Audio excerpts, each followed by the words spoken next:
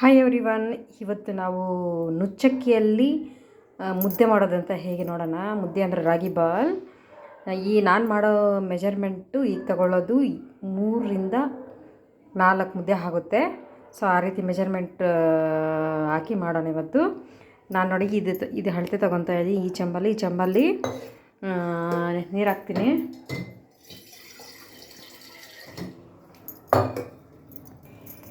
ನೋಡಿ ಒಂದು, ಹಾಗೆ ಇನ್ನೊಂದು ಚೆಂಬು ಹಾಕ್ತೀನಿ. ಎರಡು ಹಾಕಿದ್ದೀನಿ. ಇದರಲ್ಲಿ ಈಗ ಮುದ್ದೆ ಮಾಡೋಣ. ಇದನ್ನು ಗ್ಯಾಸ್ ಸ್ಟವ್ ಮೇಲೆ ಇಟ್ಬಿಟ್ಟು ನೀರು ಚೆನ್ನಾಗಿ ಕುದಿಬೇಕು. ಕುದಿದಾಗ ನಾವು ನುಚ್ಚಕ್ಕಿ ಹಾಕೋಣ. ಓಕೆ, ಈಗ ಗ್ಯಾಸ್ ಸ್ಟವ್ ಮೇಲೆ ಇಟ್ಟು ನಾನು ನೀರನ್ನ ಬಿಸಿಗೆ ಇಡ್ತೀನಿ. ನೋಡಿ, ಈಗ ನಾನು ನುಚ್ಚಕ್ಕಿ ತಗೊತಾ ಇದ್ದೀನಿ. ಈ ಕಪ್ಪಲ್ಲಿ ಬೌಲ್ ಇದೆಯಲ್ಲ, ಇದರ ತುಂಬ ತಗೊತಾ ಇದ್ದೀನಿ.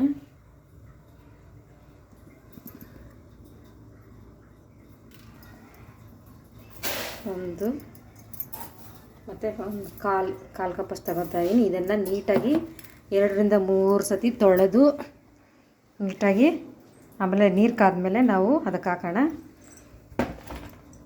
ನೋಡಿ, ಈ ಥರ ಕುದೀತಾ ಇರಬೇಕು ನೀರು. ಆವಾಗ ನಾವು ತಗೊಂಡಿದ್ವಲ್ಲ ಅಕ್ಕಿನ, ಅದನ್ನು ಚೆನ್ನಾಗಿ ತೊಳೆದ್ಬಿಟ್ಟು ಹಾಕ್ಕೋಬೇಕು. ಈಗ ನಾನು ಹಾಕ್ತಾಯಿದ್ದೀನಿ. ಇದೇ ಥರ ನೋಡಿ, ಈ ಥರ ಹಾಕ್ತೀನಿ.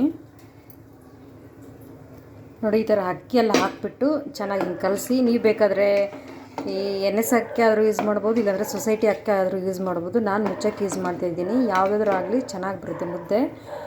ಈಗ ಈ ರೈಸು ಚೆನ್ನಾಗಿ ಬೆಂದಲಿ ಅಂತೀವಲ್ಲ, ಸಾಫ್ಟ್ ಆಗಲಿ. ಆಮೇಲೆ ನಾವು ರಾಗಿ ಹಿಟ್ಟು ಹಾಕ್ಕೊಂಡು ಕಲಿಸ್ಕೊಡೋಣ.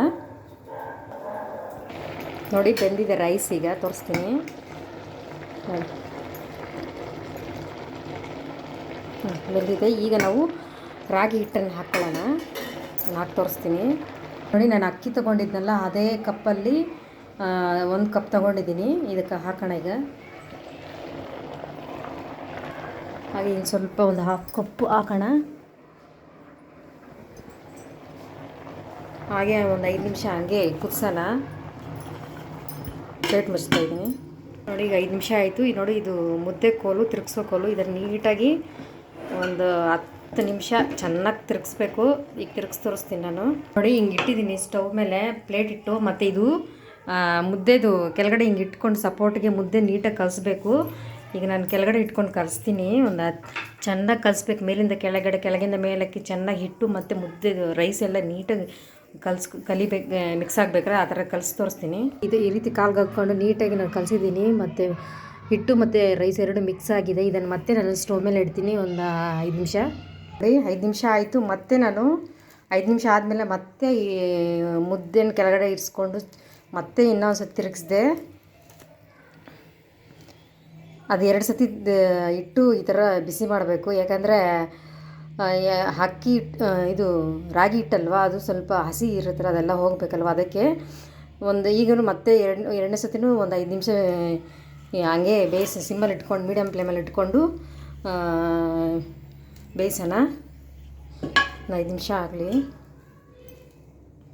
ಈಗ 5 ನಿಮಿಷ ಆಯಿತು. ನಾನು ಕೆಳಗಡೆ ಇಟ್ಕೊಂಡಿದ್ದೀನಿ. ಕೆಳಗಡೆ ಇಟ್ಕೊಂಡು ನೋಡಿ, ಸ್ಮೆಲ್ಲು ಬೆಂದಿರೋ ಸ್ಮೆಲ್ ಬರುತ್ತೆ. ಅದೇ ಸ್ಮೆಲ್ ಚೆನ್ನಾಗಿರುತ್ತೆ. ಆ ಸ್ಮೆಲ್ ಬರುತ್ತೆ. ಆವಾಗ ಕೆಳಗಡೆ ಇಳಿಸ್ಕೊಂಡು ನೋಡಿ, ಇದರ ಪಕ್ಕದಲ್ಲಿ ನೀರು ಇಟ್ಕೋಬೇಕು. ಮತ್ತು ಒಂದು ಪ್ಲೇಟ್ ತೊಗೋಬೇಕು.